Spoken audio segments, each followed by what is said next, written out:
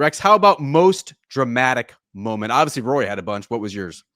Yeah, the Rory moment coming up coming up the hill at the Masters is going to be in a category by itself. But I went back to the Ryder Cup on Sunday afternoon, and I am a rational person. I try to look at things very clearly and try not to turn them into something they're not. I don't like to get hyperbole into the mix. I like to stay in the moment. And the journalist in me would tell you on Sunday afternoon as those singles matches progress that no, Europe's still going to win. It doesn't matter what the United States is doing. But you and I both were looking at each other as more and more and more U.S. flags kept going on the board. And at some point, even I lapsed into the idea that maybe this could actually happen. They had to be perfect coming down the stretch. They ended up not being perfect, meaning they had to essentially win the last 6 matches, I believe, if I remember the situation correctly. They could not give one away. They couldn't give a half point away. And for Shane Lowry to stand on the 18th green, and he clearly knew the situation. He clearly knows what this means.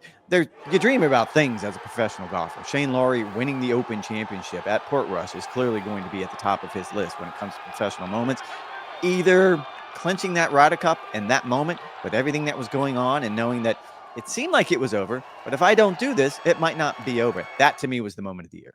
So that's really funny because I'm sticking with that match, but I'm going about 15 minutes earlier.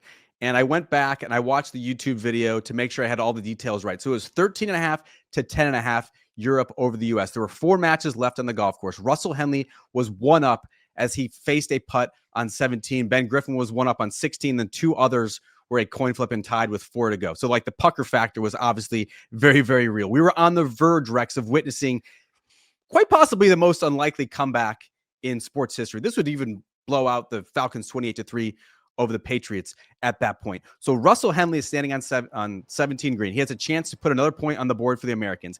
Everyone is gathered around that 17th hole to see if he can do it, because at that point, it would almost be in the Americans' favor to stage this improbable rally and get to 14.5.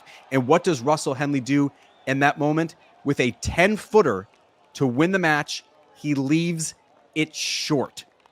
He heads to 18, 1 up, misses it again, leaves it a little bit weak, and Shane Lowry, as you mentioned, pours it in, and the entire crowd goes berserk, and the Europeans retain the putt. But that moment, Russell Henley lining up and stroking the putt on 17, we have the exact same moment. We have that exact same match.